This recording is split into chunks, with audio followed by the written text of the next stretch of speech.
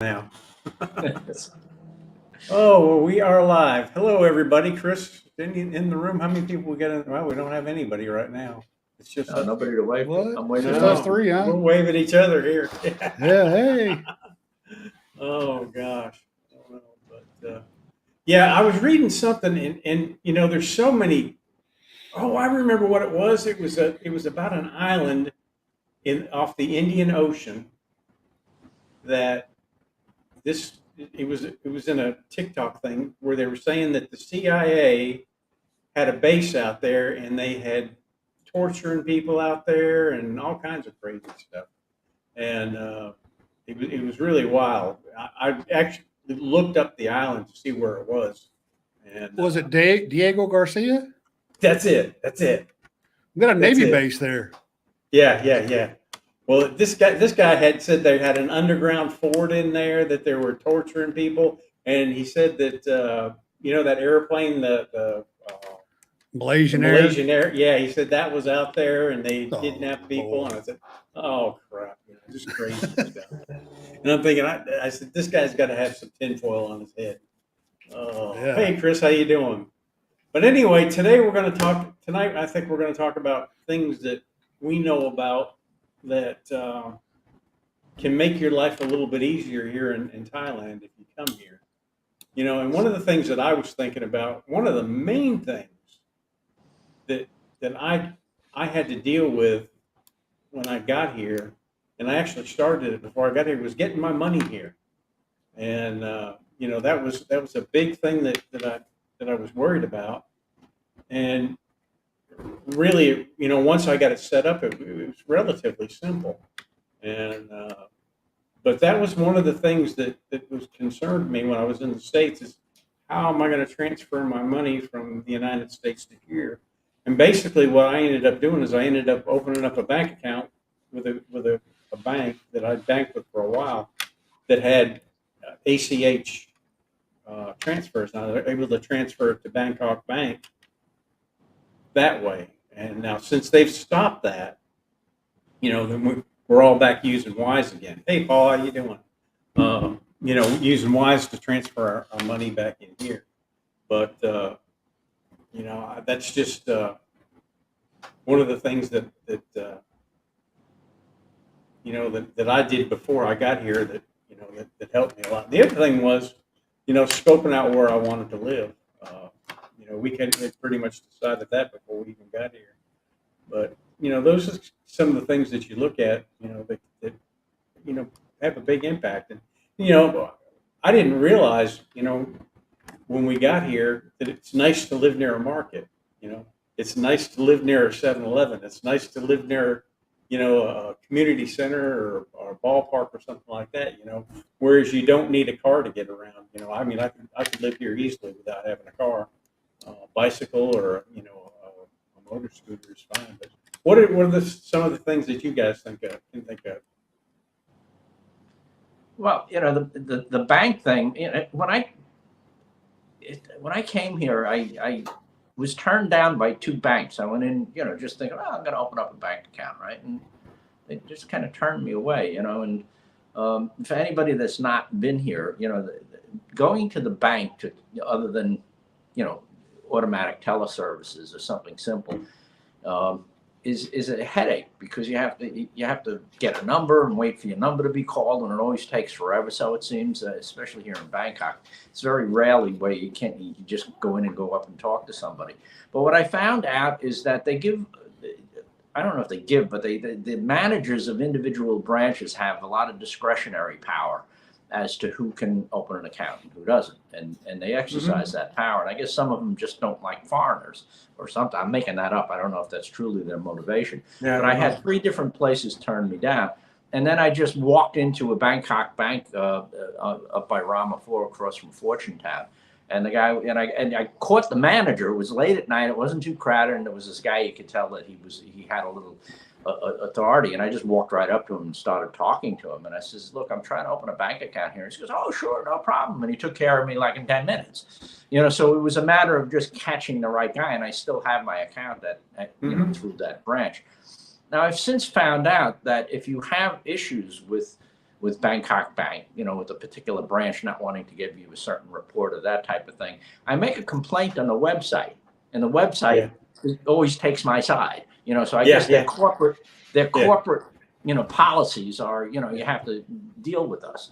And so I found that a good way, because I need to have, every time I renew my visa, I need to get an annual report of the money that I have coming into the account for immigration. Right. And I've had branches, give me an issue with that. Oh no, we don't have that report, and they all do. They just don't want to be bothered with it. So that's when I learned, you write to the main branch, and they say, oh no, absolutely, go back there, and they must contact them and say, hey, give the guys a report. So yeah, and as for transfers, Charles Schwab is the best way to transfer money in by wire transfer, the cheapest way to transfer money by wire transfer. You have to have a brokerage account. If you just have a checking account with them, they charge, a lot of money. They charge, $30 or $40 per transfer. But from the individual brokerage account, and you don't have to buy stocks. You just got to open an individual brokerage account and put money in it. If you want to buy stocks, you can too. But if you transfer from that to Bangkok Bank, it costs $15, which is about as cheap as you're going to get. Yeah. You talk about Bangkok Bank in Hoi Hin. When I moved to Hoi Hin, I opened up a bank account there, and I basically thought that it would be just like a branch change, but it wasn't. All these branches are separate. Yeah. It was really a strange situation. And I had quite a bit of money in the bank down there when I moved back up here. And I went and got it. I got a cashier's check from them, and then brought my money back up here and put it in the bank up here. But I didn't realize that I could just transfer it. Now, when Bangkok Bank first, when they stopped doing the transfers to Bangkok Bank in New York, my Bangkok Bank account in Hoi Hin was about a year before it ever stopped doing the transfers, and I was still able to transfer, but eventually I had to close it out and get to the one up here. But different branches will tell you different stories. But you're right. I had one incident when I tried to get a 12-month statement from my bank here, and they kept jerking me around. First they said that they could only give me 6 months, but I needed 12. And I sent an email down to the branch, because what they have to do is that each branch, there's only one branch that can issue you a 12-month statement, and that's the main branch down, I think, Serum Road. So when your bank wants it, they have to request it from Serum Road, and then it's sent back up, and it takes 7 days. Well, 7 days went by, and I went to get my thing, and they only had 6 months. And she said, that's all we can get you. That's all we can get you. And they were blaming it on my bank in OAN. So I sent an email to that company, the main thing. And was not probably 30 minutes, my phone was ringing, and it was the bank manager here in Angdong. Did you come down here? We'll get you whatever you want.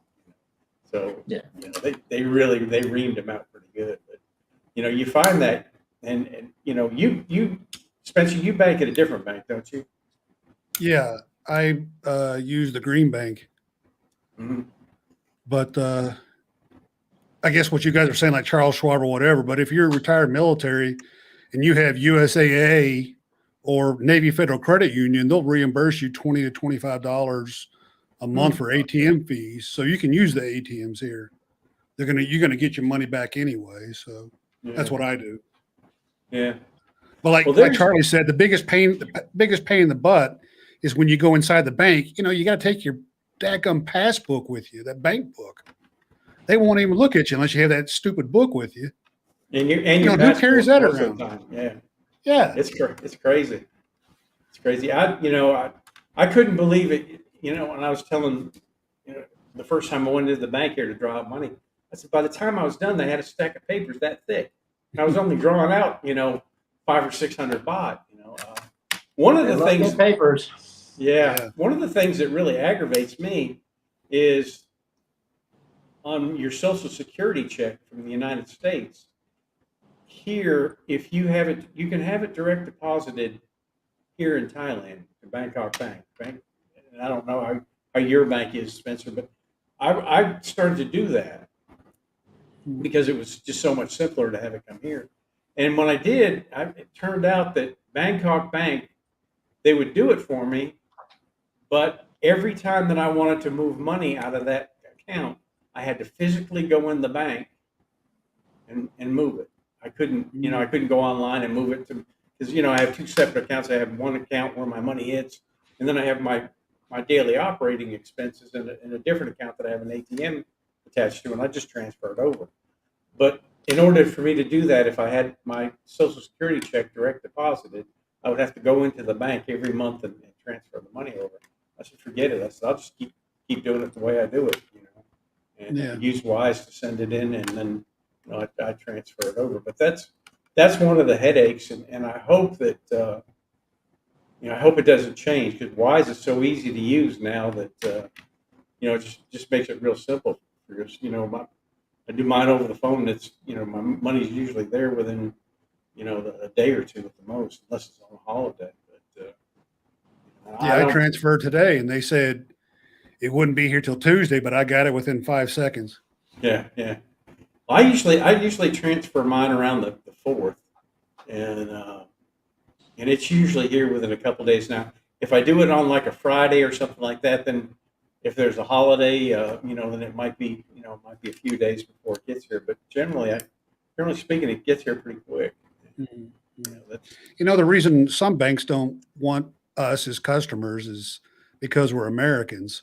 And the reason is because, thank you, President Obama, they have to file IRS tax forms on us. Mm-hmm.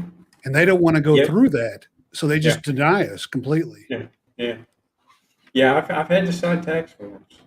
Yeah, they've told me that before. So but I've had no problem with Casacorn Bank, which is the green bank.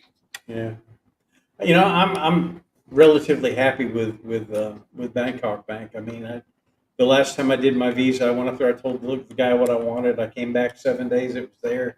He typed the form. I went to immigration, and everything was done. So it wasn't too bad. But you can run into problems. It just depends on what you're doing. Yeah. Let's see. Bangkok Bank in London has UK accounts that auto convert. Yeah, I'm sure they do. But Bangkok Bank in New York doesn't do that. As a matter of fact, Greenie went over there and talked to them in New York, Bangkok Bank in New York, and it's basically a commercial bank. They only have commercial accounts, so they can't do that. Let's see what that is. But great to see you back. Miss these great chats. I keep hearing the best money advice is don't fall in love with it. That's probably pretty true. I don't know, but anyway, Hey, I found a beehive of bar girls last night. You want to tell that story? Go ahead.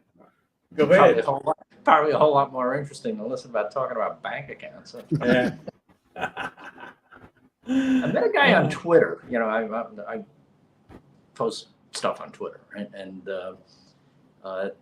this guy, Dennis Martino, his name is. He has no problem putting his full name out there, right? And he lived in Pattaya for a while. Told me last night that he used to sell real estate in Pattaya. And about 7 or 8 months ago, I guess when things were emerging out of the lockdowns and stuff, the owners of a bar on he knows one of the owners of a bar on Soi Cowboy called the Dollhouse, and they asked him to come and manage it. And he's 68 years old, this guy, right? And that's what attracted me to him on Twitter. I says, "You're 68 and you're managing a bar on Soi Cowboy," and we wound up in conversations. Right. Well, he invited me down. They bought a great big new neon sign, and they were turning it on last night. They actually put it up a couple of days ago, but they were having like the unveiling. It was basically turning the sign on.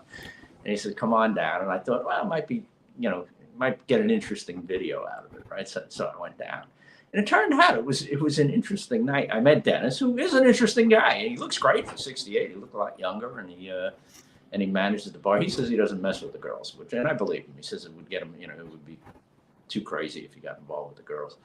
And but I met one of the owners of the bar, and I was surprised because it was an American guy who was a TV actor named Gary. I'm sorry, I don't remember his last name. And Gary was really happy to talk about Gary. He liked talking about being an American TV actor. And apparently he was pretty popular on some TV show that ran back in the day. You know, he showed me a picture of him and he looked a lot younger. So it was probably back in the 70s or 80s. And and another guy I met was some guy who's a photographer who specializes in taking pictures, promoting all of these go-go bars on Cowboy and other places, you know, and that's his gig. He does promotions for them. And the guy was a good photographer. You know, and that's what I spent the night with. Talking to these three guys, and it was like really an interesting night. And meanwhile, there's all these crazy girls running around all over the place, and inside they're up on poles and dancing, and half of them are naked, and it's like it's the craziest place in the world. Now it's not the first time I've been in one of those places, but I haven't been to them in many, many years, and it was kind of fun being back there, to tell you the truth. If you're talking to a lot of guys, but you know, like if you want to meet bar girls, I know the place for you. It's like it was a very congenial place. I enjoyed the 90 minutes that I spent there last night, and I did get a good little video out of it, which I put on my Twitter. I'm not going to put it on my Facebook because it's just they'll probably get banned. Well, it's nothing. It's about Dennis and the sign. I barely showed any of the girls, and the ones that I did were dressed. So it's but it's it's not really family friendly. Soi Cowboy, so I'm not going to put it on Facebook, but I am going to use it on a video. I haven't made a long form video in quite a while, and Dennis and I are going to get together next week. I'm going to interview him because he sounds like that should be interesting. Yeah, he's got an interesting background. He's very outgoing and almost charismatic. So he'll film well. He'll shoot well, and I'll use my clip to introduce him. So it's like a 20-second clip that I made last night. So yeah, that was my night, and I went to the back to the main topic here. I did go to the ATM before, and I knew it worked. Oh gosh, that's funny. Oh man. That's that would be a strange profession to be in. I guess it takes a certain type of person that would that could do that job. I don't know. It's I wouldn't want to do it. I mean, you're managing drunks and hookers. The Thai people working there are all very nice, but that's a job to be to be nice and friendly. And watching the girls, anybody who's never been one of this place, this particular bar has, I guess about half the girls are like completely naked. They're up on the dancing poles, and they come in waves. They dance about 10 minutes each, and they go. And I guess you can make deals with them if you want to go somewhere with them. And most of them look bored, or shy. But there was one that stood out. She was like a professional dancer, and she was like really good. Yeah, and she got a lot of attention when she came off the stage. There were a lot of men wanted to talk to her, but she just had this really big personality. She wasn't even that good looking, really. She just had this gigantic personality, and she danced well. And it was just interesting to watch that for a while, to kind of observe it, because I wasn't there to get involved with any of them. I was there to try to take a couple of videos and meet Dennis, and I got a bonus. I met Gary and this other character who was. It's a public thing. I don't want to be too disparaging to the guy, but the photographer was different. Yeah.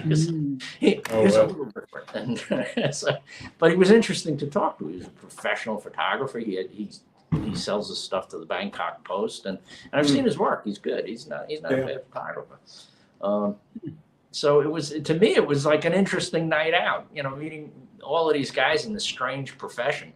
But I'm with you, man. I wouldn't, 90 minutes, I was ready to go. No. While I was there, Dennis had to deal with two guys. There's a second level, and you could look over a balcony down to where the girls are dancing. And they were like trying to sneak pictures of them. They don't want to take photographs inside, with good reason. You have naked women up there. Yeah. And he had to deal with that twice while I was there. So it's like, I'm sure that's the kind of stuff that they, drunks and guys, I can only imagine the kind of nonsense that goes on in a place like that. That's not my patience are too thin. I couldn't handle it. Yeah, I could handle it, but I wouldn't want to. It doesn't look like fun.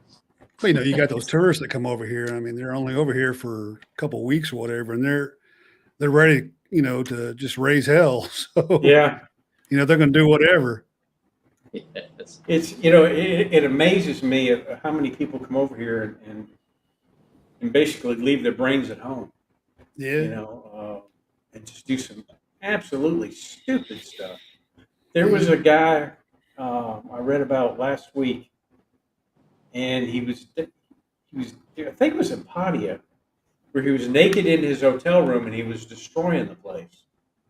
And a foreigner, over here on vacation, and they finally got him and got him calmed down and carted him off. But what a hell of a way to spend your vacation. Another thing that I read too was, and I forget exactly where this was. It could have been in Patti, it could have been in Krabi, but there were some people that were walking along the beach, and there were some guys hitting on a bong, and they got offered some of it, and apparently it was some pretty potent stuff, and it messed them up pretty good. I don't know what the outcome of it was, but I think I read that on one of the Asian forums or something like that. Isn't it illegal though to use Yeah. marijuana in public? In public it is, but they're doing it anyway. All over the place. Yeah. There was a place on Soi Cowboy that sold marijuana, and one of the girls, the touts out in the street trying to, get, come on, smoke. She's like, Yeah. wow, what a time we live in. I remember when that would have got you arrested, right? And you can smell it. I mean, they weren't outside smoking, but you can smell it coming from the bar. A friend of mine who does smoke pot says what they're selling now, you can, if you're willing to pay for the top shelf, he says is like, wickedly potent. It's like over the top strong. He says, yeah, because especially the edibles, which I know, back in the 60s and 70s, everybody smoked pot, including me, but I haven't done it since then. And I never had an edible, but he said the edibles he said, make your head explode. Back about, I guess it was about a year ago, I went to one of the restaurants and they had it in the food, and I ate it, and I mean to tell you, I got home and I was pretty scary, It was some potent stuff, and I knew the best thing for me to do was to go in and lay down and go to sleep, and when I wake up in the morning, everything will be okay. And that's exactly what I did. I would never ever try it. People have said, "Hey, you need to take that. Take that to calm your nerves down." No way. So I need to ask you: Did you ever smoke pot when you were on duty as a policeman? No, never did. Never. Now when I worked undercover, We had control burns though. Yeah. We did. We burned. As a matter of fact, But we were off duty though when that happened. They burned some in my front yard one time. They had raided a place that the state had, and I don't know how many plants. It was a lot, but they needed a place to burn it. I let them burn it in my yard. But no, now when I was working undercover, if I had to do it, I would always squeeze the end of it and fake it. I never had to smoke it or anything like that. But, no. But I knew a guy, younger generation than me. He's actually my sister's brother-in-law, and he was like a super cop. I mean, he was in NYPD, and I knew him pretty well. And this guy was always up to his neck in dangerous criminal stuff. I mean, he was working undercover and that kind of thing. Yeah. And he loved his job. He was like, his wife was a cop too, and she used to roll her eyeballs because he's such a pain in the ass. He goes out to the supermarket to buy a carton of milk, and he winds up making an arrest. He's just like really serious about being a cop, and he wouldn't go anywhere near anything that was related to drugs. He was an ethical guy. He was, he was Dudley Do-Right. This guy, he would never touch pot. And he's like, no, you shouldn't smoke that stuff to the kids and that kind of thing. Well, he retires and becomes like a total freaked out pothead. was the most amazing transformation I've ever seen. I'll be going to a wedding in August. As a matter of fact, I'll seek this guy out to see if he sees his red-rimmed eyes, and he's like, he's like all the stoners I knew back in the '60s. And it was just the transformation from Dudley Do-Right to Cheech and Chong. As a most, he goes, it's not illegal anymore, and I'm not a cop anymore. It's like he's very excited. Well, Yeah. And checking out what he missed. Yeah. now I had a cousin that was a cop in Massachusetts, and when I lived in Florida, I hadn't seen him for years. He came down. He was a detective, and my older brother, at the time, I wasn't a cop then. I wasn't even on my radar screen, but I didn't take drugs. I didn't smoke it, and I didn't like it. My thing was a can of Budweiser. That was my thing. But my cousin, who was a detective, came down from Massachusetts to visit us with his wife, and he comes in the house, and the next thing you know, he's got a bag of marijuana out on the kitchen table, rolling him a joint. And, the whole time he was there, he smoked dope.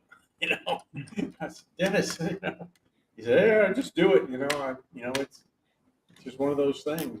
But it's not all cops are. It's not always do as I say, not as I do. But I was never like that. I never, when I was a teenager, I tried it, and I didn't really care for it, but. In law, Hey, I have a friend here named we call him Psycho Phil. He's a retired NYPD, and he's back. He's a nurse now. He's in retirement. He became a nurse, and he went back to New York to work during the COVID thing as a nurse, which I think is a pretty admirable thing. That was New York needed nurses, if you recall, and he's back. I ran into him a little while ago. We've been hanging out again. I had dinner with him a couple of times, but. I recommended a TV show, a Netflix show to Bill just recently. What was the name of that? It's Killers. Killer, yeah, I'm watching it. I'm on about the fifth or sixth season of it now. Right, and the second episode of Killers is about New York City. Yeah. And the first one was a Texas Ranger guy, another Dudley Do-Right. He looked the part, right? Big good-looking guy. Yeah, with a cowboy hat. But the second episode is about this guy that called himself the Zodiac. He was a copycat, a Zodiac killer. Yeah. And it's funny, I don't recall it. It made me start thinking, what was I doing that I wasn't aware of this whole big thing? It was apparently a big deal, a big criminal thing in New York. The detectives that they're talking to are guys my age. And it was like so nostalgic. First of all, the accents, I'm hearing the New York accent. Now, my father was a cop. I'm surrounded by policemen. In my family, my son-in-law was a cop, all NYPD. My father was a detective. It wasn't something I wanted to do, but I was in the fire department. So we're kind of like, the Navy and the Marines, kind of relationship. And so I know that culture. I know it pretty well. And listening to these guys, I can't even tell you much of the details of the story they were telling. I'm just listening to these old timers that got old baby boomers that were detectives. And you could tell this one guy in a really sharp suit, right? He walks in the interview, guy says, "Nice suit," and he goes, "I have a good tailor," and he points to his name that's embroidered on the inside of his jacket. I'm gonna say something about every one of those series that I watched where those guys came in with the suits. None of the suits fit them right. They're all too small. This guy looked pretty good. I know who you're talking about. Who I got a kick out of was the guy that the big guy. Yeah, there was the big guy with the beard. He was a ticket. Yeah, but he looked legit, that guy. I liked him, the character. Yeah. What Bill's talking about is this guy that they showed him a picture of him back when he was a detective, and he looked a little out of place then. He wasn't one of these well-dressed guys, a little narrow tie and a mustache. Like Salvador Dali. And now, as an older guy, he looks like ZZ Top. He has a big beard that looks like a bird's nest, right? But you listen to this guy when he's talking, you could tell he wouldn't have gotten that squad if he wasn't a really good detective. Well, the reason I brought up my friend Psycho Phil is Phil knew him. And when I told Phil about the show. He watched and he says, yeah, because I knew that guy. He was a legend. He says he was known all over he was like an NYPD legend. He was one of the top detectives, and it was an interesting thing. And again, for me, I was just excited about it because I was listening to old guys talk with a New York accent. Yeah. Yeah, out of a culture that I kind of understand a little bit. You know, it was a fun thing for me. But yeah, you know, it's like here in Bangkok. You know, you come here and you meet people that you would hang out with back in New York. Yeah, it's strange, you know. You meet all kinds. They're you know, it's. I think over here we have a mixture of people. You know, we've got a lot of people from our home countries that we run up on. You know, there's some of them that we don't want to have anything to do with, and other ones that, you know, they're pretty decent people. You know, it's just kind of the way it rolls. But you know, I don't know. I have always been kind of standoffish. You know, it just depends on the person, I think. You know, more than anything else. You know, what do you think, Spencer? You're quiet. I was taking a nap there. You know, when I moved overseas, you know, I was divorced, and you know, back in the States, the people that were my age were married and had families and stuff, and I just didn't fit in there. But I seem to fit in with a lot of people here because we're all kind of in the same boat. We don't have the same backgrounds, or we don't come from the same countries, but you know, we have a life story that's similar.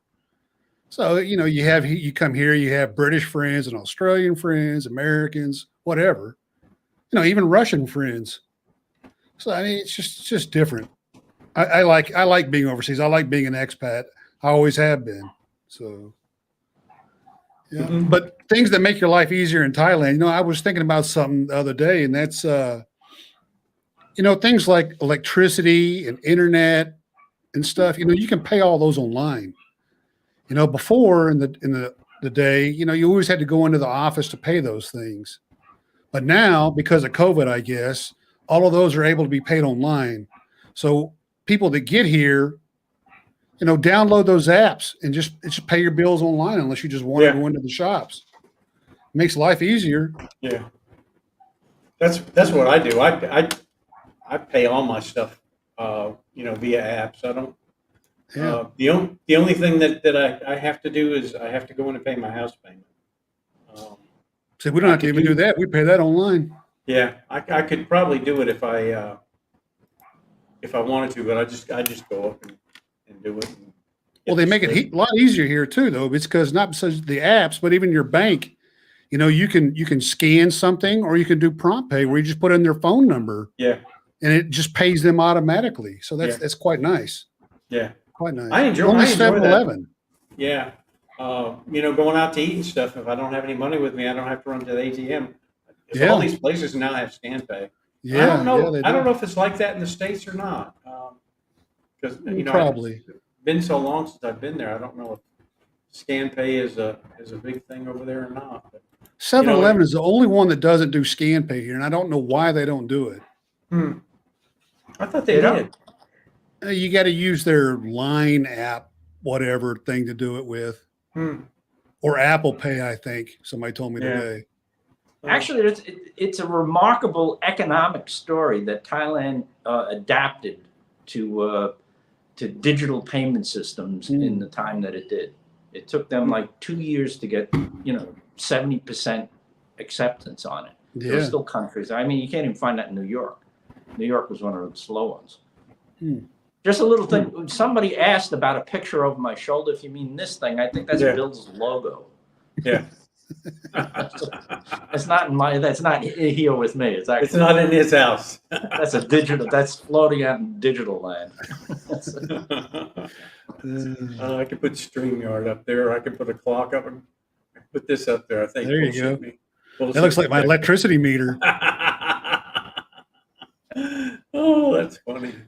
It's that's a bullshit detector. I'll leave that up there for a while. Yeah, I might want to leave that up there.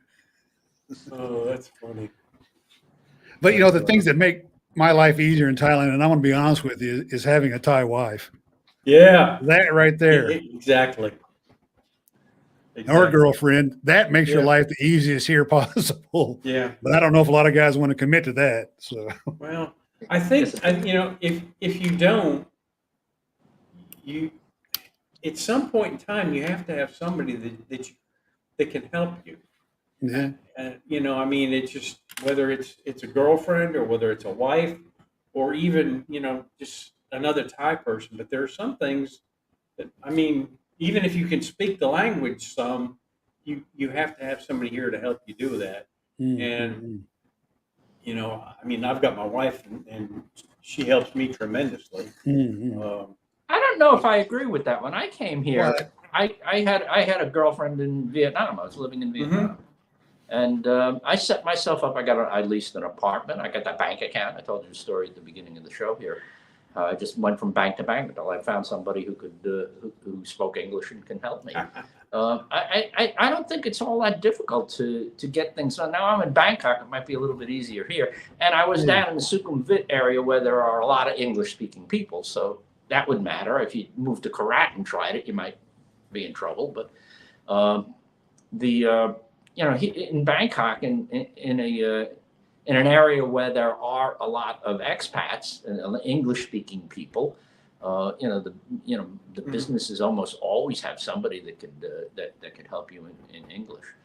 And so I don't know if I disagree with that. I didn't meet my girlfriend until I was all set up. I was actually in my second apartment by the time I met her, and I was opening a business. Now, meeting her. I agree to an extent, but sometimes though, when you have something in detail that you need to discuss with somebody, it helps having a native language speaker talk to them in their native language than trying to explain it in English, because they may not comprehend exactly what you're saying. Yeah. Yeah, I agree with you. I'm trying to think sure. of. Yeah, that's helpful, but it can be done. It can, if you want to come here and set yourself up, you can, because I did. Yeah. I wound up hiring the woman who became my girlfriend as a partner in my business, and that was very helpful. I could operate in a quasi-legal way at that point. Yeah, don't use Google Translate for everything, because a lot of times it doesn't come out right. Yeah, I'm gonna do a video on something that has something to do with Google Translate. It'll kind of be interesting. It may be my next video that I do. I'm gonna talk about a guy I have an that algorithm for used Google Translate. Google Translate and didn't quite get him what he wanted. It's kind of an interesting little story. But So here's what you do with Google Translate. First of all, keep it simple. No adjectives or adverbs. Where is bus? Yeah. Straightforward, nice and simple. And you either speak it or type it into Google Translate. It's going to give you a translation. Copy that translation, paste it into the Translate app. Reverse the thing and translate from Thai back to English and see what it gives you.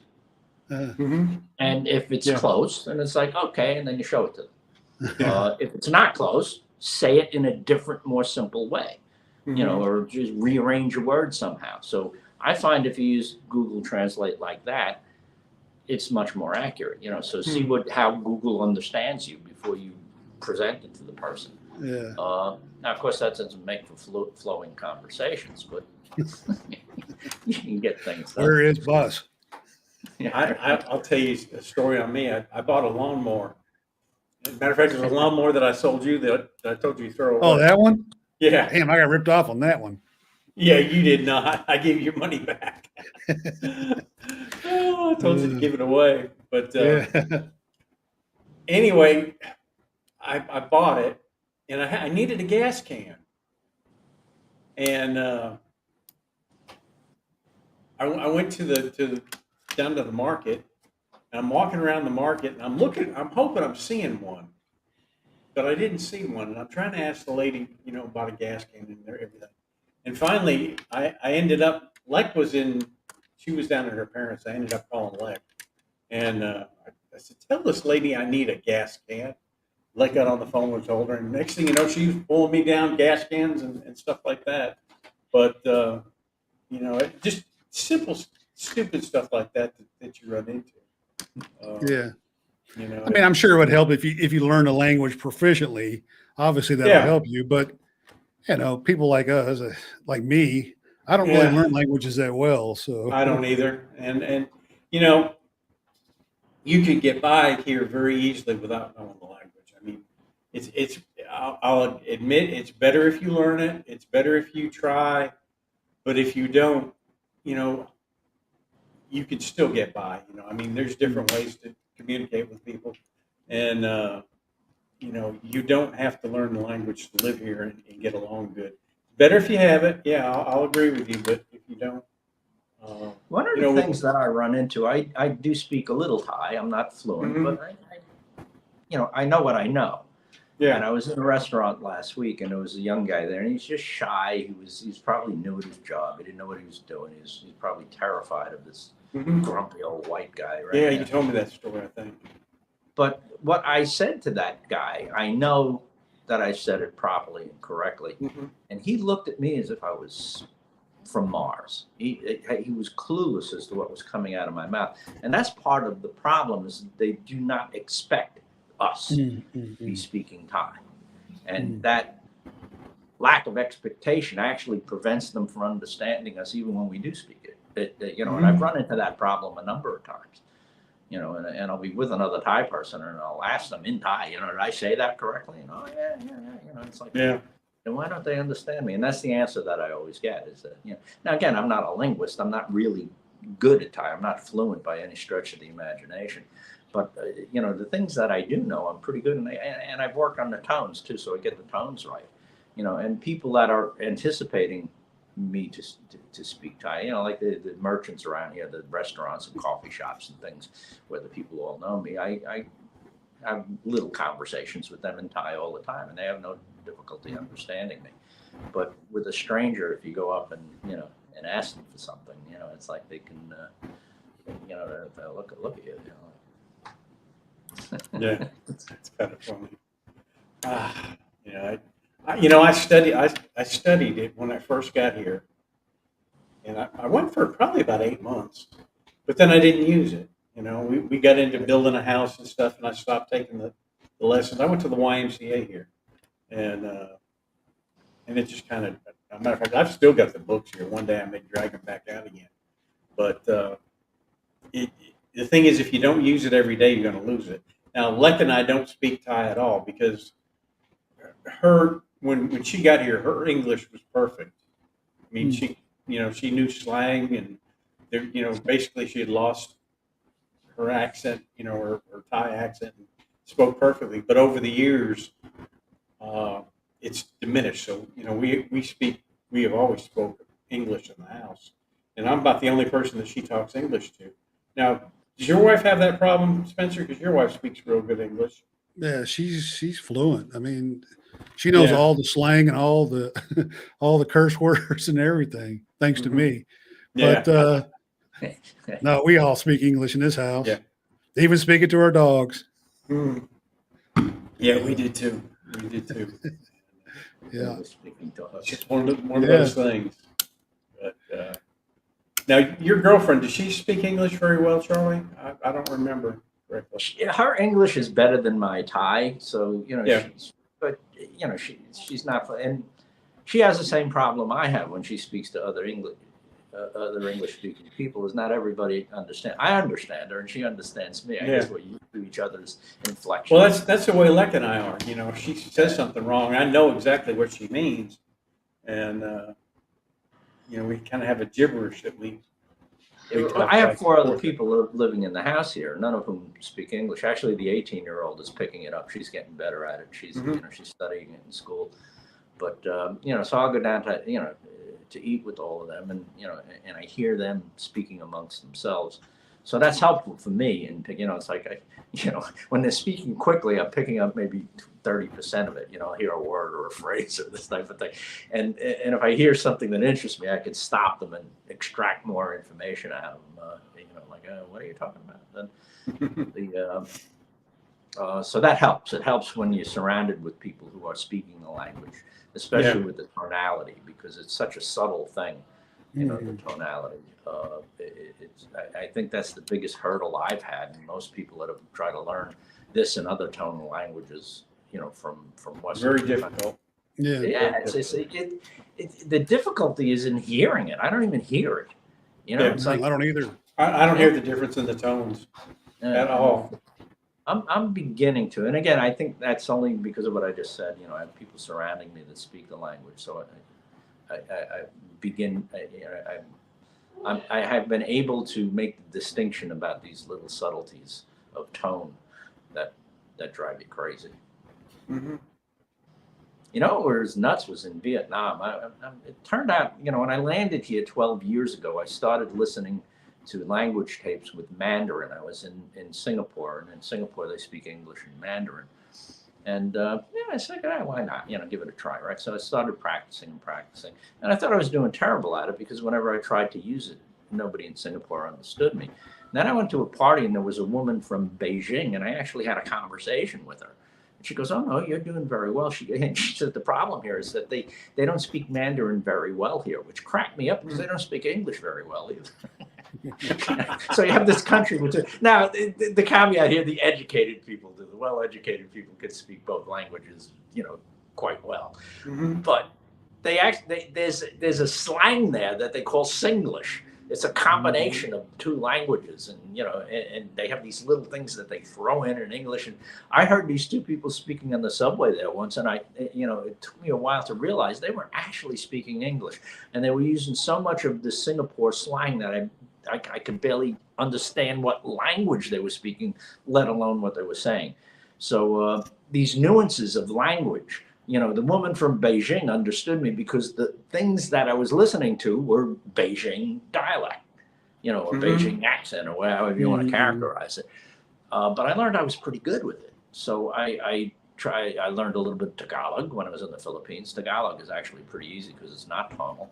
And then when I was in Vietnam for a year, and I was in Vietnam, Vietnamese is the hardest because you know, they don't get the context. You know, you got to get the tones right. And I tell this story. I used to think it was so funny.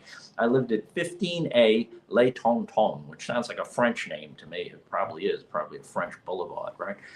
And but that was my address. And the way you say that in Vietnamese is "Oui la ma les tontons," and you have to throw the, you know, the inflection in. And I would practice it because I was traveling a lot. So I practiced saying that just so I could say it to the cab driver when I got in a taxi, getting off an airplane, getting back into Saigon, and I could go, "Oui la ma les tontons." And the taxi driver would always turn around and look at me and go, "Huh?" So I'd show him on Google, and he'd go, "Oui la ma les tontons," and I go, "Isn't that what I fucking said?" Yeah. It drove me crazy. It sounded exactly like what I was saying, but the guy had no clue. He had no clue what I was saying. You know, so it's tricky learning, like even when you're good at it. And I guess I have some kind of synaptic advantage. I pick this stuff up a little bit better than most people. Funny. That is funny. Oui la ma les tontons, which was a nice little alleyway.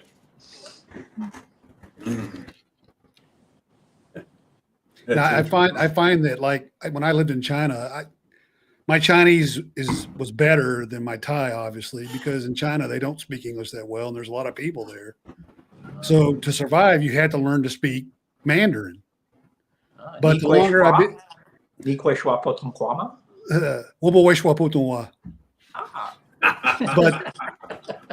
now that I'm in Thailand, I notice that my Chinese has gotten terrible, but I can still hear them when they're like walking down the street or whatever, and they're speaking in Chinese. I can pick it up. Hey, those are Chinese people speaking Chinese. But it's difficult. And in Thailand, you know, it's the same way. Like you were talking about those tones. I don't hear those tones. So when I'm speaking to somebody, sometimes they look at me like I'm a dog speaking English to them. You know, they're like, "What?" You know, but luckily I had a wife there, so the wife can translate it. Mm-hmm. I try though sometimes. It doesn't come out very well. Well, you know, it's a hard language to pick up. Yeah. You know, it just so many Any words. language is. So what you're saying, Spencer, if you want to live in more than one country, you need a wife in each country. You do. Yeah, you actually do. I might try that out. All right. Yeah, there you go. Go to There you Vietnam and get a Vietnamese wife. Fix you that Walla Walla La Ting Tong or whatever for you. Yeah, that's funny. Oh Lord. It just What else makes our life easier here? really, our wives and girlfriends make it easy for us. And sometimes I think, I feel like I take it for granted sometimes, but it's just something that, you just depend on for a while. I mean, Well, you and Leck are you're like salt and pepper. You're an old couple. Yeah. I've seen you together. You're like. Yeah. Yeah. We stick close together, and that's I don't know. It's just the way we've always been. We were talking about the other day that we live in our house, and we basically entertain each other, and which is good. Well, it was fun when I went and visited you up in the hospital there a few months ago, a week ago, whatever it was. I was watching the two of you together, and she finishes your sentences. Oh yeah. She knows what I'm going to say. She usually knows what I'm thinking too, especially during that time, because I was in pretty bad shape.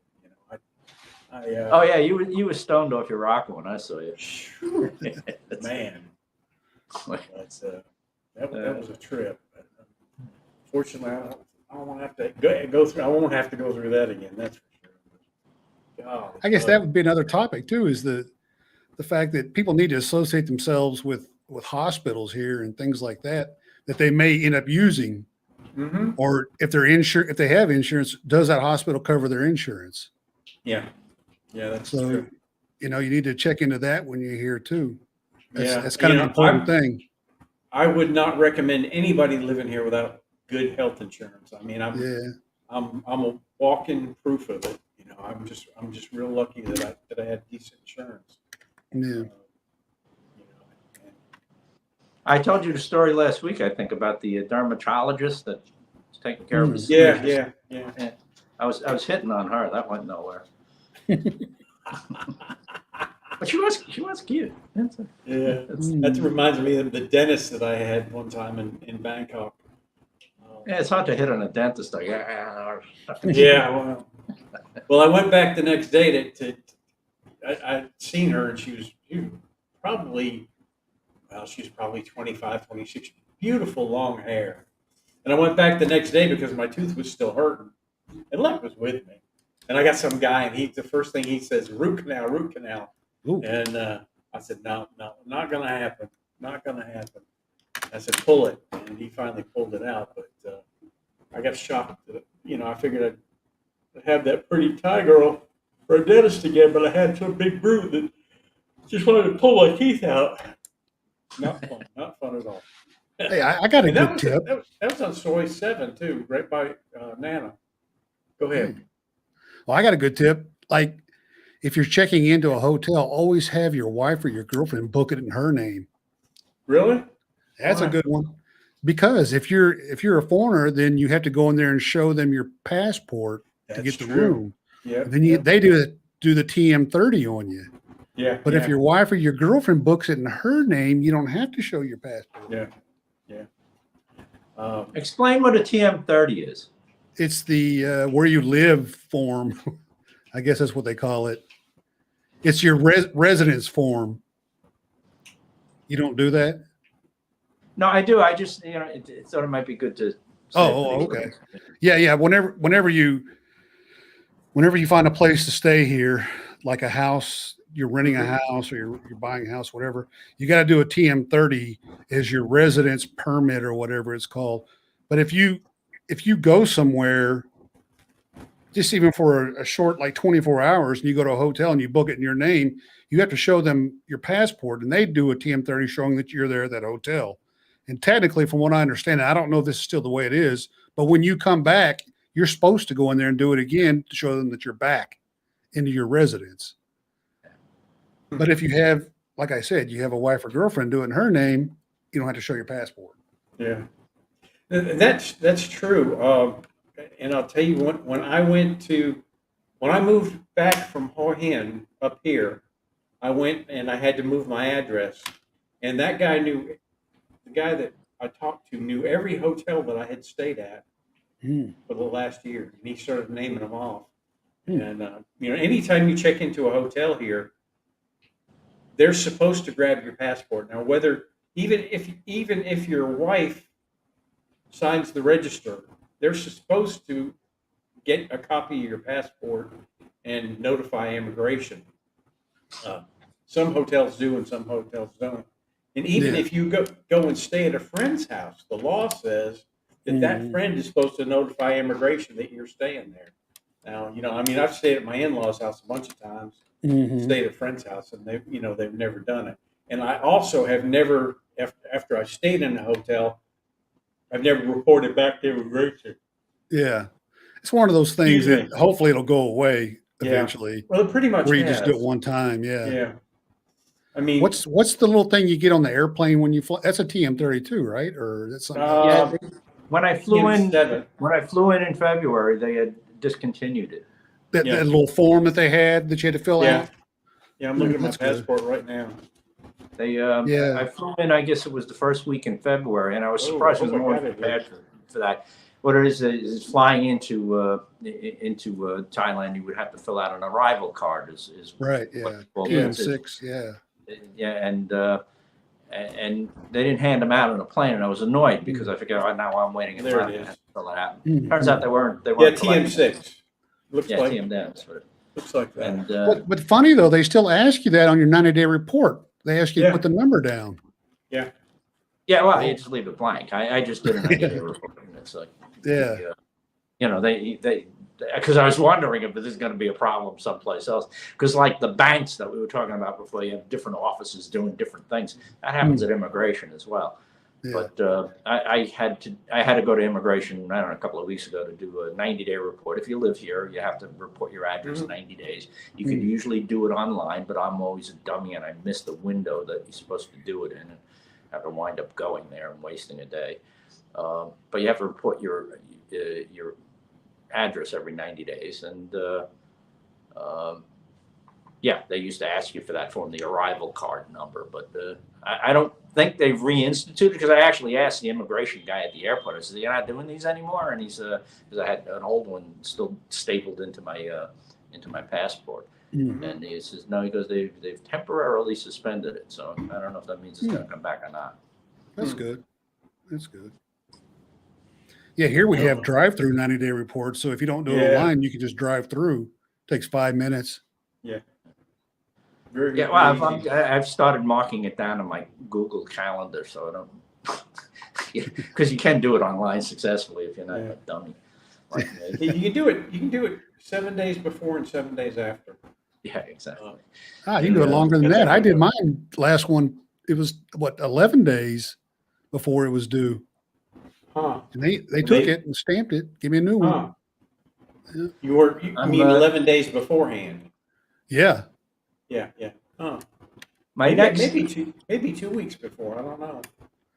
I was 10 days late one time. I know that. And they charged me $2,000.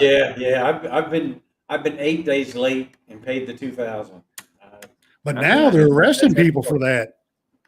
You seen that where immigration is really cracking down. They're starting to arrest people just for like 5 days overstay. Oh yeah, overstay. Yeah, they'll nail you. Okay, it's 14 days prior and 7 days late. Okay, good. Okay. But as far as overstaying, if you overstay 2 days and they catch you, you're done. You don't overstay. You're done now. Huh. That's interesting. And they're cracking down. They're catching people left and right up here. I went through the airport once. This is a long time ago. This is way pre-COVID, and I forget what visa I was on. It's probably tourist visa, but I was over by like 12 hours. It wasn't even a full 24 hours, and I was like, I'll be curious to see what happens, right? So I go there, and the immigration clerk looks at it and sends me to a special desk right away. I'm like, oh, you get the special desk, right? So I go over to the special desk. The woman looks at it and goes, "1 day," she shouts over her shoulder to nobody who was standing behind her. I don't know who she was shouting to. And she stamped it and handed it to me, and that was the end of it. So for less than 24 hours, you just have to go to the special desk where a Yeah. woman yells at a ghost. That's crazy. But yeah, they're catching people and they're putting them in jail for it. And I think if so many days you're not in too bad a shape, but they say if you go to the airport and you're leaving and Yeah. you're like 10 or 12 days late, they just fine you 500 baht a day. But if they catch you and you're late, then you're in big trouble. So Yeah. if you're here, make sure you don't overstay your visa. But But you remember the story, Bill, of the guy with the cut up body parts in the freezer? yeah. That was all discovered on an immigration check. There was some guy was stopped by the immigration police by Tong Law in Bangkok a while back, and they wanted to see his passport. And he said, "I don't have my passport." He was an old criminal idiot type, so arrogant with the police, right? And and he said, "I got to go back to my apartment to get the passport." So there was 3 cops, and one of them went with him to get his passport. And the guy apparently the apartment was a mess, and he's rummaging around looking for his passport. And while the other cop was standing there, he notices a freezer in the living room. That would have got my curiosity too. You don't have to be, locked freezer. You don't have to be Clouseau to think that that's a little suspicious. So we opened up the freezer, and there were body parts in it. And that resulted in a wrestling match with a I think it was a Brit, the guy, if I recall. Is the guy took the cop's gun and shot him. And they didn't kill the cop, fortunately, but he injured him. And when the other 2 guys heard the gunshot, they came in and arrested the guy. And it turned out it was a whole big body parts, and they had been there for years. He didn't know what to do. Guy had been dead for 8 years. The guy that was dead was a famous. He would do train calendars. Right. Yeah. It's crazy. It says, what's the thought? After that, they got a little suspicious about overstays. And they won't go back to your apartment with you anymore. What's the thoughts on recent drama with ICE? Thoughts? Not exactly sure what you're asking. You guys have any idea? No clue. Okay. If you want to rephrase that, we'll answer your question if you got it. You're looking well, Bill. All the best. Our dachshund is 6 months old today. What? Yeah, boy. I'll tell you what. Dachshunds are. If they're wonderful dogs. I mean, my little one, I just loved her to death. She lived 14 years, and I'd give anything to have her back now. But enjoy him. Just they've got those back problems that you have to watch out for, but other than that, they're just real good dogs. Yeah, if you can rephrase that, we'll answer whatever it is but I don't.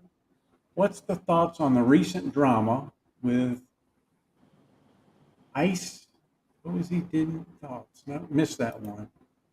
I think he was a kick streamer who got arrested in Bangkok recently. I don't know. Got me on that one. Yeah, we're a bunch of old guys. We don't keep up with all the things current. No, I can't keep up on all of it.